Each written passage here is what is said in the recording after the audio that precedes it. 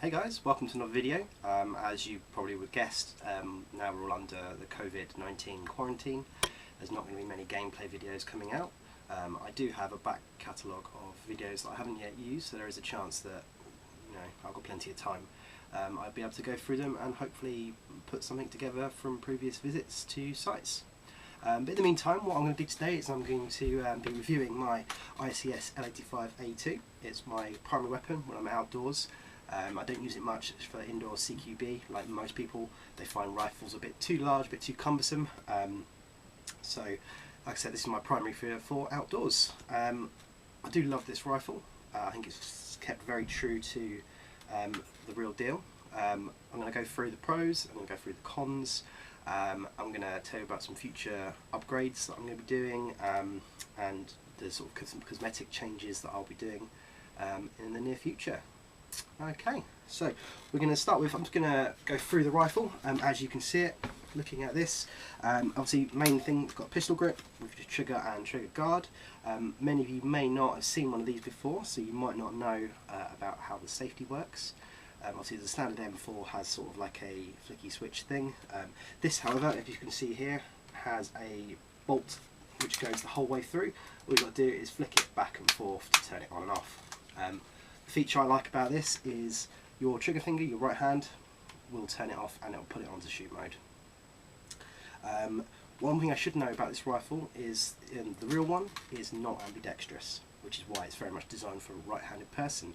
As you can see, you've got the opening on the right hand side of the rifle. If you were left-handed, it would cause quite some pain as this flies back and hits you in the face as well with the shell casings ejecting. So this is very much a right-handed rifle.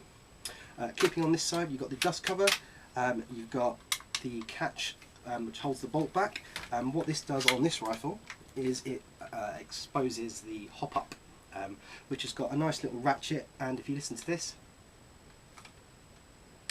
it makes just quite a satisfying click when you move it, so you know that you move it. It does require a bit of force. I don't think you'd be able to operate that with gloves on, which might cause some issues in the field. You've got the obligatory rear sight, which is part of the carry handle, and the foresight, which is a standard pillar there in the middle.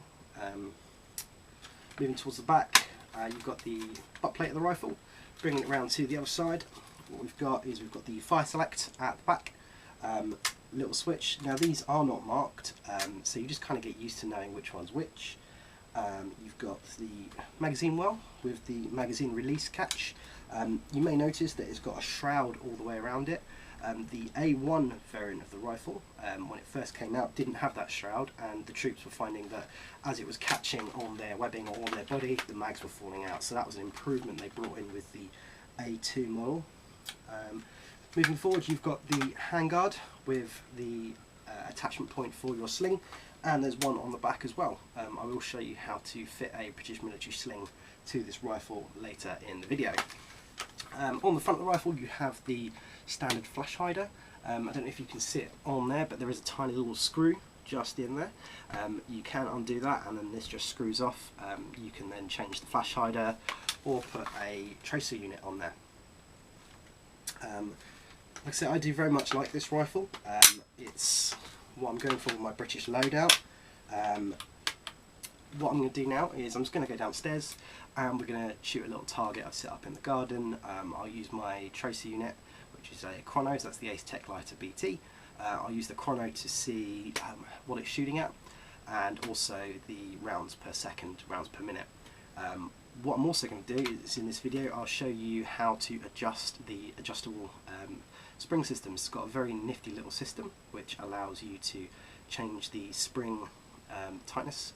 It's quite quick. It takes a little bit of getting used to, but otherwise it's a pretty good system. Let's go downstairs.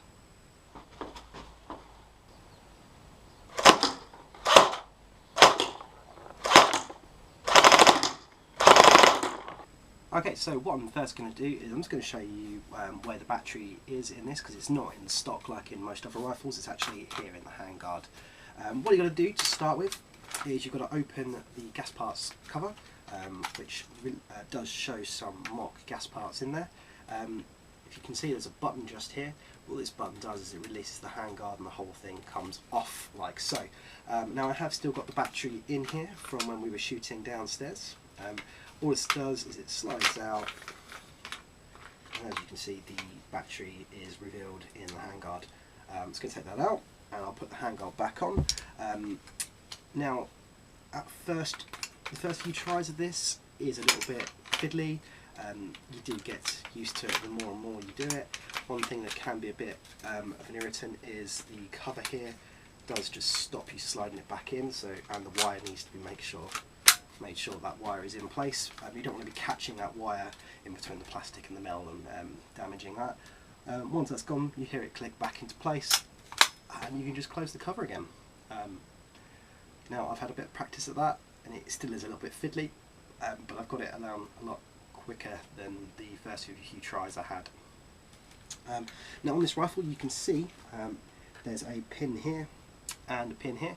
These two pins are what you need to pull out to break the rifle apart into the upper and lower sections.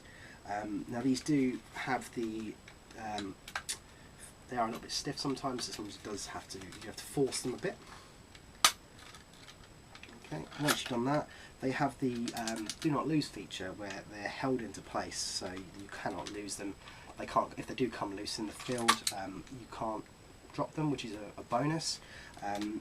Once you've released those two pins, the butt plate will come off, and inside you can start to see the back of the gearbox. This is what we're going to need to get to adjust the strength of the spring. Once you've undone those pins, the lower section with the pistol grip hinges off and comes off like so.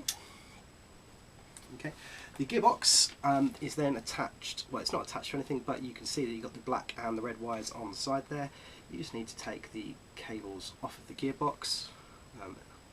It's not too difficult, however I would be a bit cautious about pulling them off because the little bits they attach to don't look too sturdy, so that's a bit of a negative there. Once you've undone the two cables, you can remove the whole gearbox from the rifle.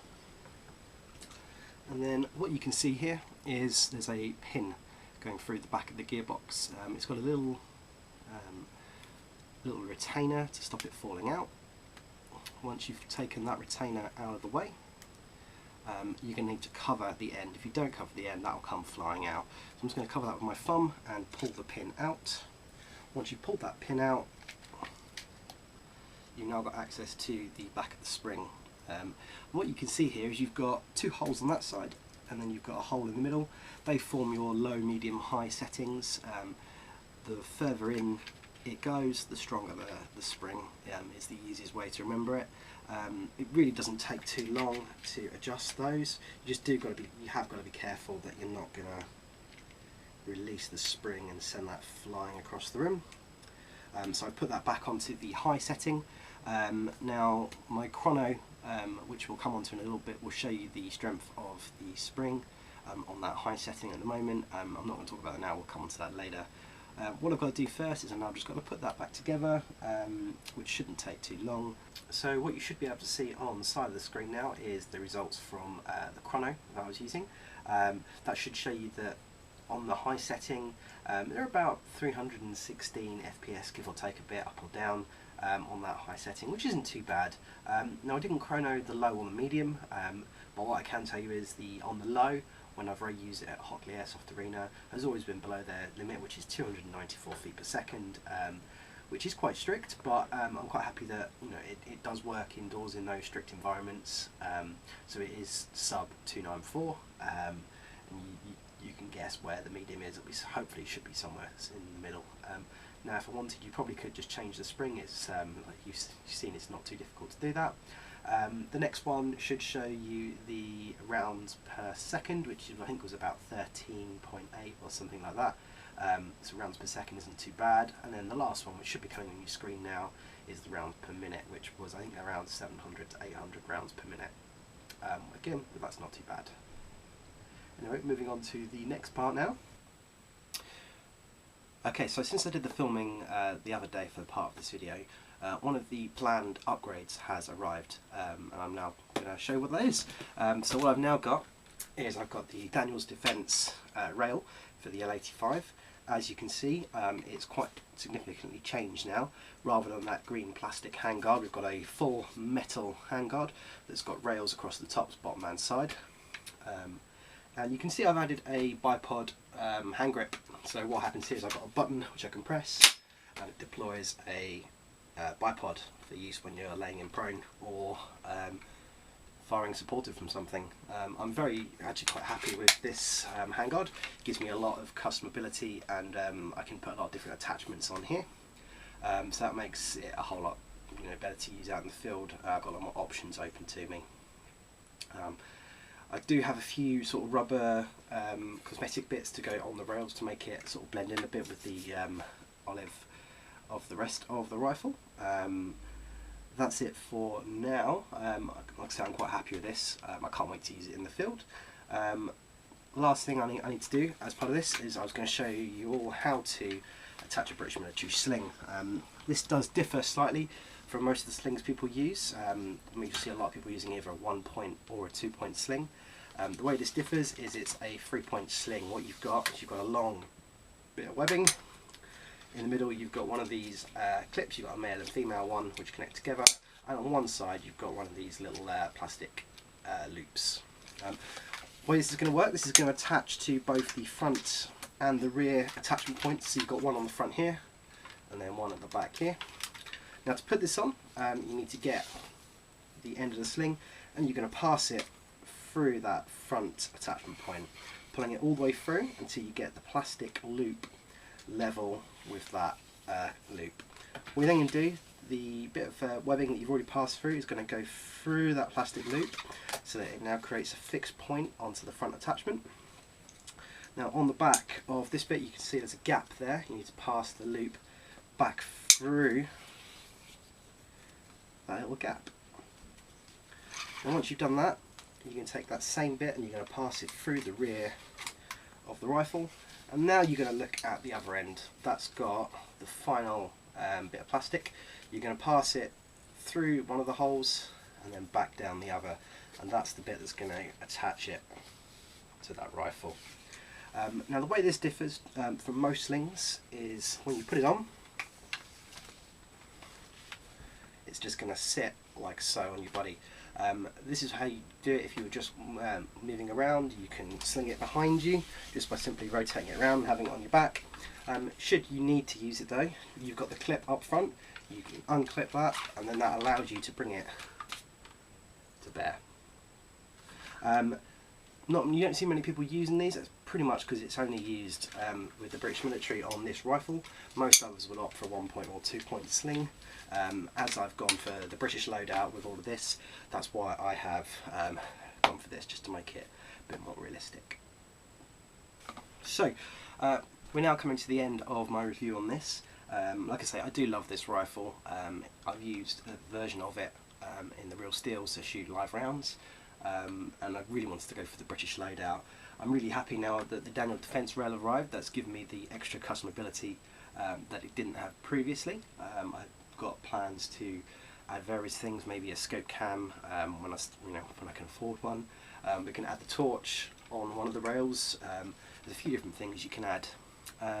Pros of this rifle is it is the bullpup configuration, which means the magazine is behind the pistol grip, which means that you don't have too long a rifle, but it does mean the barrel is about the same length internally as most rifles, which means you get good accuracy out of this for something that's shorter than most other rifles. A bit of a con is that it's only right-handed. We discussed this earlier. You can't really use it left-handed. Well, I mean, you can in the airsoft. If you're using the sling I'm using, you haven't got the ability to change shoulders because it's fixed in one shoulder. It has got the quick change spring, which is a very good feature. It allows you to change it between the upper, mid and lower very easily. As I discussed earlier, it allows me to use it indoors at Hockley Airsoft Arena, where the limit is quite strict at 294 feet per second, and then it's well above 300 when I want to use it outside and have that little bit of extra power. Another minor con is changing the battery is a little bit fiddly at times. I'm not too fussed with that, as I've had a bit of practice of that now. On this newer one with the batteries in there, again it can be a little bit fiddly, but now I've had a bit of practice. Again, I think that's it's not going to be too much of an issue. So for me, this rifle is amazing. I love it. Let me know what you think about the L85 in the comments. Don't forget to like, subscribe to my video, and we'll catch you again soon, hopefully out on the field. Thanks guys.